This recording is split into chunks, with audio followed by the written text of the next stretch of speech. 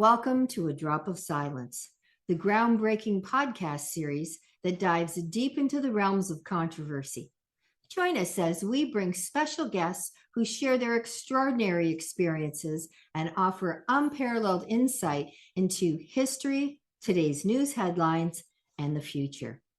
Get ready to embark on a thought-provoking journey where silence speaks volumes and the truth lies somewhere beneath the surface.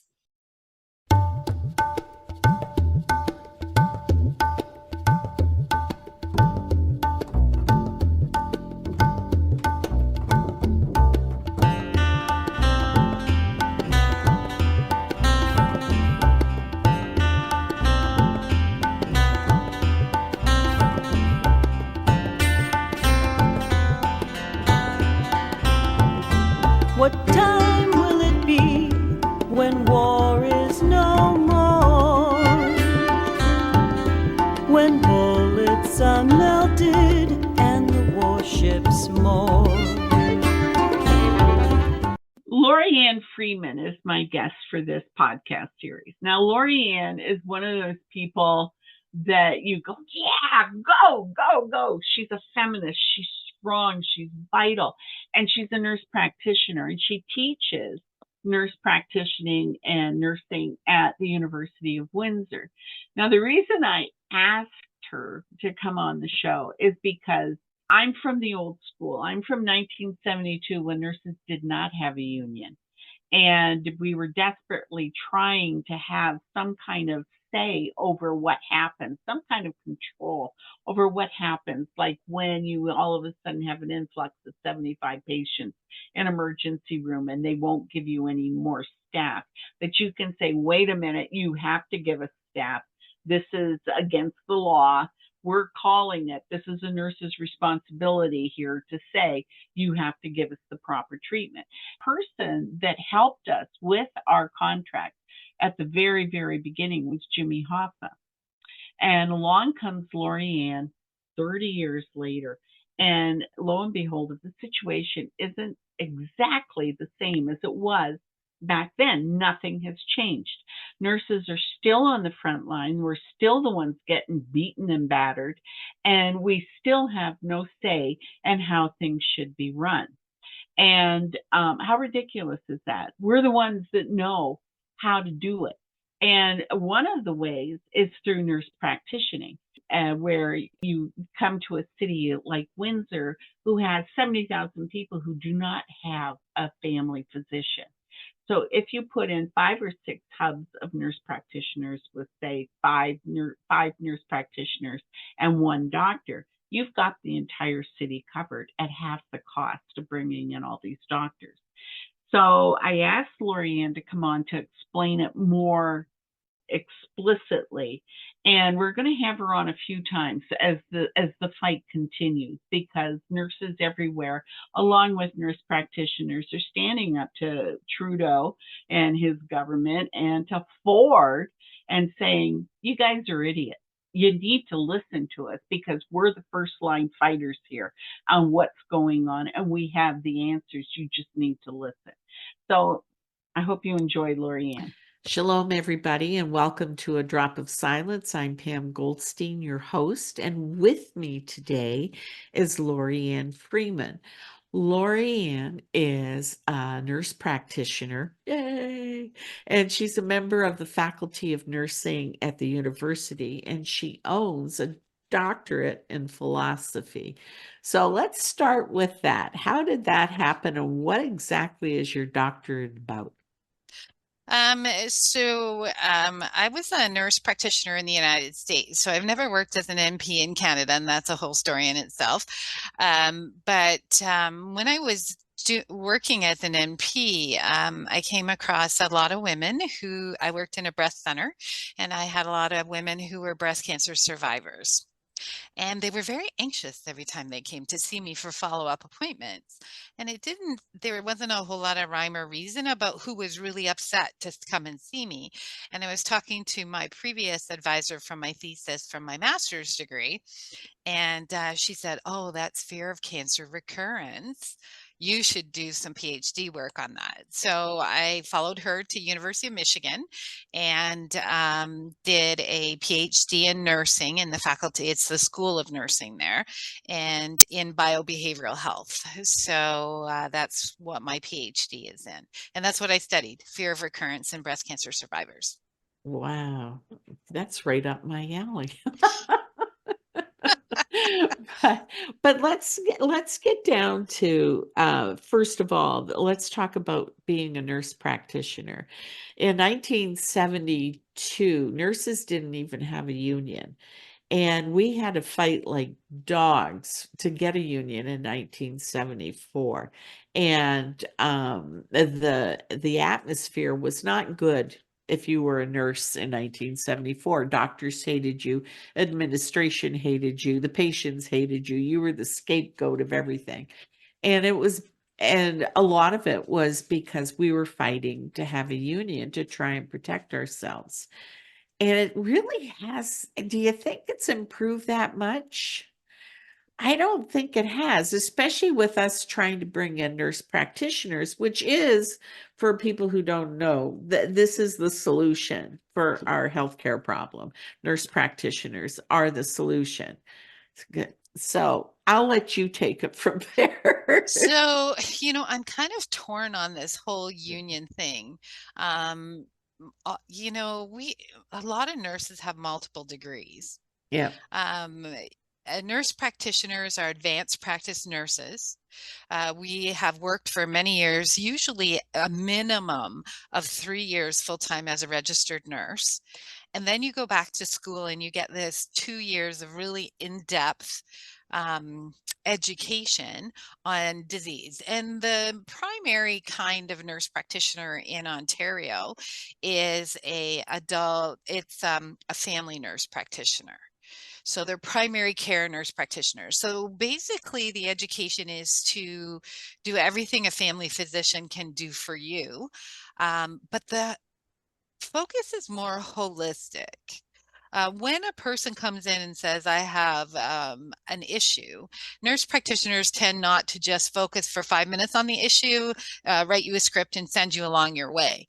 We tend to look at you as a whole person and say, oh, well, Pam, according to your chart, this is the third time you've had a sore throat. And last time you were here, you had a sinus infection. How is your sinus infection going?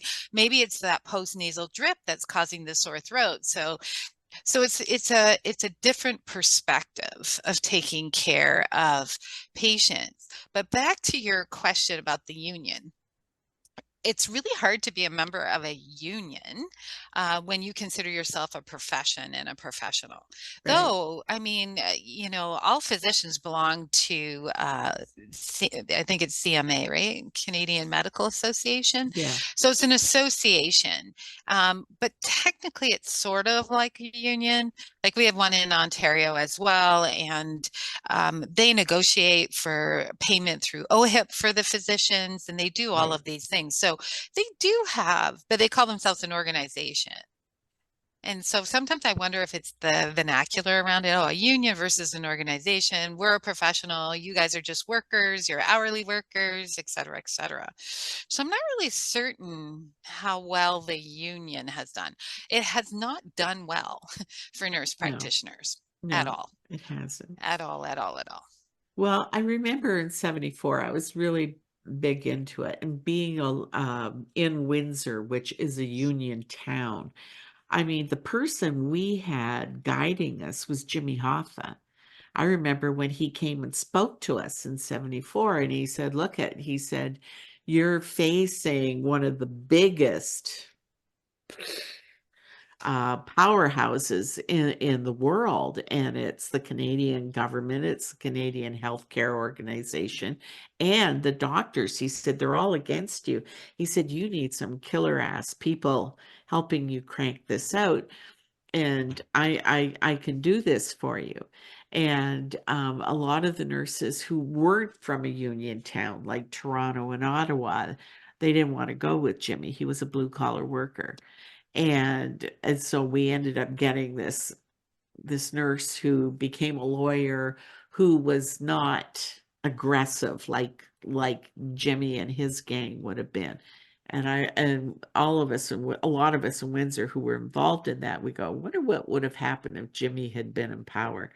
Things I Right. think would have been a lot different. Well, and you still see the issues with that today. So, Bill 124 came out and said, oh, you nurses, good little girls, 1% raise for you for X amount of years because we're saving healthcare dollars. You didn't hear them say to physicians, oh, physicians, you too are stuck at a 1% raise. No, it Yeah. fell on nursing. Well, and And then the union didn't do a heck of a lot to no, push back on all of that. Then it was overturned, and the union said, okay. And they got minimal increase in wages. And during all of this, COVID happened. And who was at the bedside doing anything? We did a lot of research on nurses at the bedside during the crisis, the COVID crisis. And some of the stories were how they were the only ones in the room. They yeah, picked up everybody's job. The physician would stand in the hallway and shout orders at them. They would clean the rooms, bring food in, bring food out, talking to yeah, families on iPads, all of these things. And the union didn't protect those nurses from no, what I can see. not at all. And So I'm like really kind of iffy-ish. And as a nurse practitioner, they really don't have our best interests um they never have. here. I've always thought the union sold out. The people who Yes. run the union, I've always thought they sold out because in 1974, Jimmy Hoffa put in a professional safety clause where nurses could stand up and say, "This is unsafe. I don't feel safe. I need help." And and by the union standards, they should have been able to get help. The Yeah. hospital should have been able to help, bring in extra nurses or whatever, Yeah. but it was never ever brought to work. And I remember 8 years ago being in an emergency room with my mother-in-law, and it was insane. There were three nurses, and it was insane. Patients were still in ambulances. They didn't have enough staff. And I said, call the union rep, tell them, to bring in staff. I worked so hard for you to have that clause. And she says, we've tried. She says, they say there's nothing they can do. Yeah. And so to me, it's like a worse situation than what it was back in 72. Yeah, their voices, I don't think nursing has a voice at all in healthcare right now. And nurse practitioners have an amazing association in Canada, and that association is starting to get very vocal. Yeah. And they're pushing back against some of the things that are out there. And unfortunately, when you have one organization who's saying you're not paying attention to us and we need these things, the union saying one thing, and then we have RNAO saying another thing, then we have all this infighting going on. So instead of all getting on one playing field to push healthcare for all citizens forward so that everybody gets great healthcare, and like you said earlier, that's the solution. Yeah. Everybody in Canada deserves excellent healthcare. We have this whole group of highly educated individuals who can give you quality healthcare, and they can't because of all these restrictions and all of these regulations and everything put in place and backed, unfortunately, by physicians holding back what nurse practitioners are allowed to do across the country. Yeah. So you and I have discussed what an ideal solution would be. And it's a nurse practitioner clinic with 4 or 5 nurse practitioners, other healthcare workers, and one doctor that they can refer to, unless that needs a specialist, then you could send out to specialists. And maybe could you explain that a little bit, what the goal is for that nurse practitioners and nurses are desperately wanting to have happen? So There are some nurse-led, so they're NP-led clinics. We have, I believe, 3 of them here in the Windsor area, and that's exactly the model that currently is in place. So you have 4 or 5 nurse practitioners. They all have full complements of patients throughout the lifespan. Adults, children, you name it, families, the whole kit and caboodle. They can do all of your prescriptions, your healthcare. They do intakes, they do physicals, they write notes, they get prescribed, they write for tests, they write for all of those things, and they take care of you. And they have one physician who is a partner in this. And what I mean by a partner is, and we've had this discussion, Pam, but Yeah. you can't know everything. I wish I could know everything, but many a times in my practice, I would come across something I'd never seen before. And I had physician partners that I worked with, and I could say, "Hey, Dr. Bowman, come here. Yeah. I've never seen this before. I really don't know what it is. Have you seen it?" At times they'll go, "Nope, haven't seen it, but let's bring in someone else." Or other times they'll go, "Oh, I saw that once. That is so rare. This is what you can do to help this person." That's what those physicians do. And then also, sometimes the care that's required by the patient is so intense, they have to be transferred, their care has to be transferred to a physician because the nurse practitioner is beyond their scope of what they feel they could do to give good health care to that Right. person. So it always amazes me because our emergency rooms are overwhelmed by people that have colds, the flu, and minor things like, oh, I have a sliver in my finger. That's the one that always gets me. We'll just get it out. But with nurse practitioners, that would all be covered. But don't doctors have a problem with that? Because isn't that their bread and butter? Well, the hospital system is rather unique. See, the biggest issue is funding. So we have all these highly educated nurse practitioners who can provide primary care to a lot of people, more people than they're already taking care of. But we're not funding them. There's no way to pay them. So the government has like a nice pocket of money that they've given to these nurse-led clinics, and that's how the nurse practitioners get paid. Hospitals are not paid like that. Hospitals are paid a certain budget, and out of their budget, they would have to pay the salary for the nurse practitioner. And so that nurse practitioner costs the hospital a lot of money.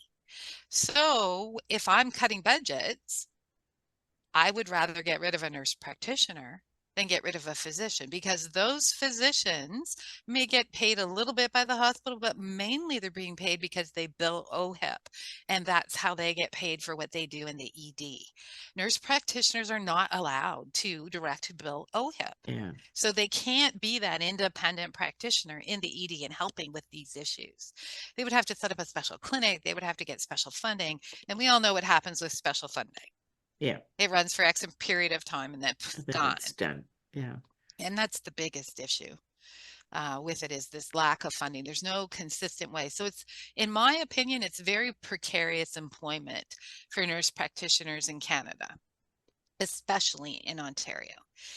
In the Mhm. United States, you get to bill for everything that you do. And I'm not advocating that we need, fee for service for everyone. It would be lovely if everybody was salaried and money Yeah. doing it that way. But I don't see our physicians saying, "Yeah, sure, you can salary me for 200,000 and I'll be fine." Like, I don't see that happening. So I don't see fee for service going away. But what I don't understand is, why aren't we including MPs in that funding?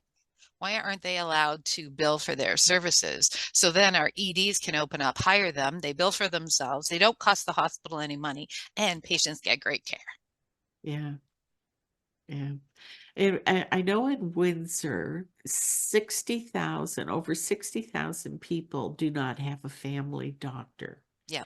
And they're saying, oh, it's because we're so short-staffed with doctors. So nurse practitioners, how many nurse practitioners are in Ontario alone?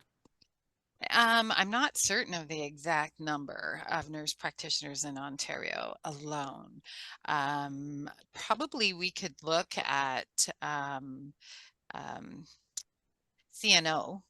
which is our regulating body, and they would give us an idea. But there's thousands. There's a couple Thousands. thousand. And most of Yeah. them are unemployed. A lot of them are unemployed or underemployed is the actual thing. So if I go to school and become a nurse practitioner, I can still work as a registered nurse. Yeah. And so that's what happens. I look for an NP job, and if I can't find an NP job, then I work as a registered nurse. And certainly not anywhere near to the full scope of my practice and what I can do for the patient population that I'm working for. Yeah. So that's what happens. They're underemployed. They're not unemployed, they're underemployed. And a lot of them too, it'll vary. So we have some excellent physicians, don't get me wrong. We have some wonderful physicians here in the Windsor area who actually employ nurse practitioners out of their own pockets to help them to keep their practice rolling and to make sure they see it, all the patients.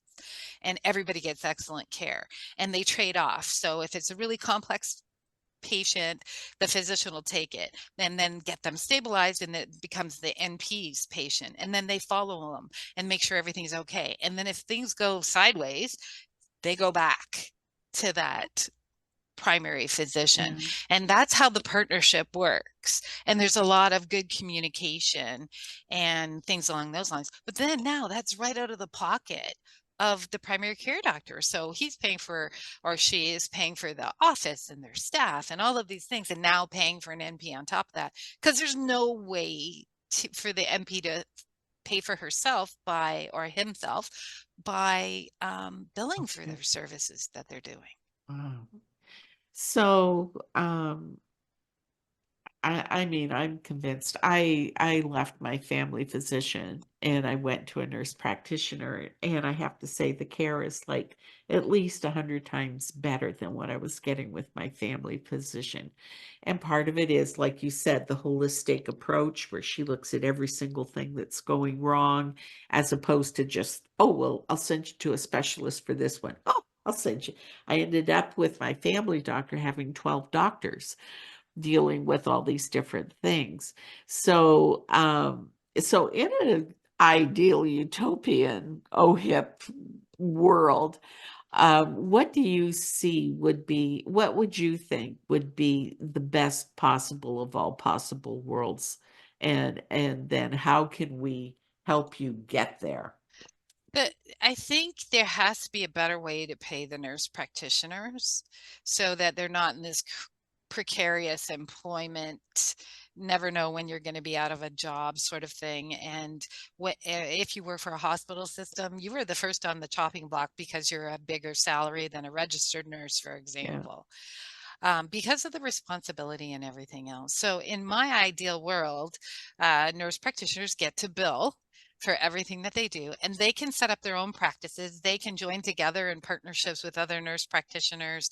They can join with a physician group and see their own patients and do their own thing and contribute to the practice. So then we don't have 70,000 people without a primary care provider in our area. And this could be across not only Windsor area and Essex County, but across Ontario, Northern Ontario, and things, and all of Ontario, and across all of Canada. And so my ideal world would be, yeah, we'd have our own clinics, and we'd be able to see our own patients, and we would figure out healthcare for them, and we would be able to pay for staff and take care of all of our patients, and it would eliminate this bottleneck that we have in the system right now. So how many, you say we have 3 clinics in Windsor with nurse practitioners. How many do you think it would take to resolve that issue? Ooh, probably a minimum of another like 5 or 6.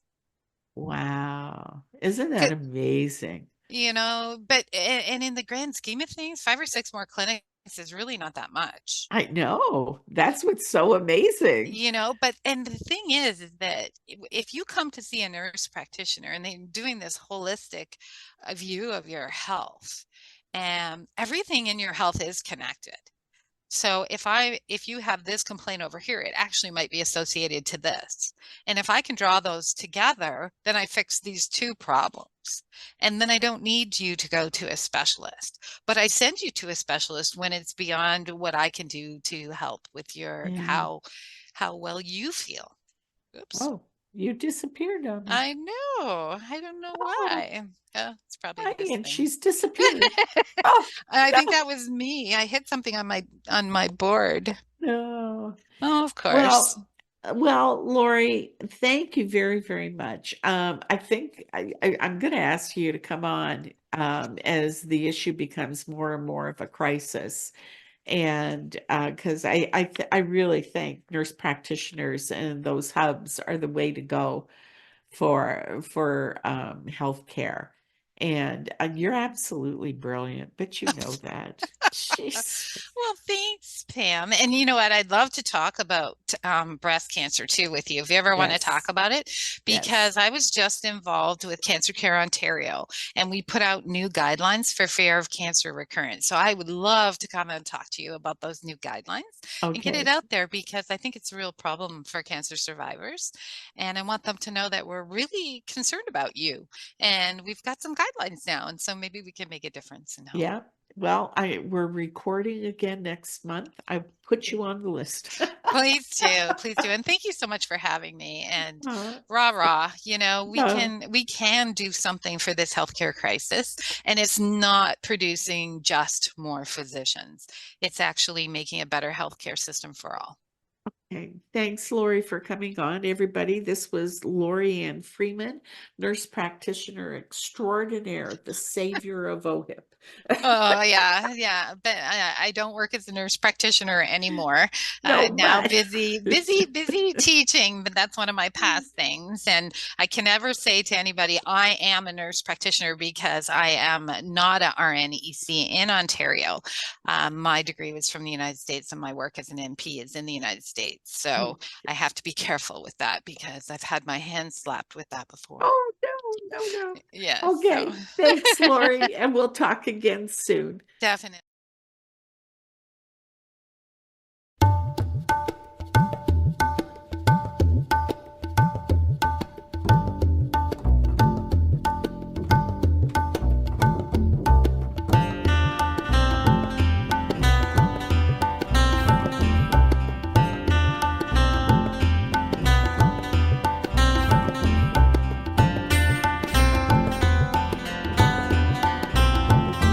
What time will it be when war is no more? When bullets are melted and the warships moor. This podcast is brought to you by Unbreakable Bindings Publishing Company. Executive produced by Lori Baldassi, produced by Ryan Richardson, hosted by Pam Goldstein.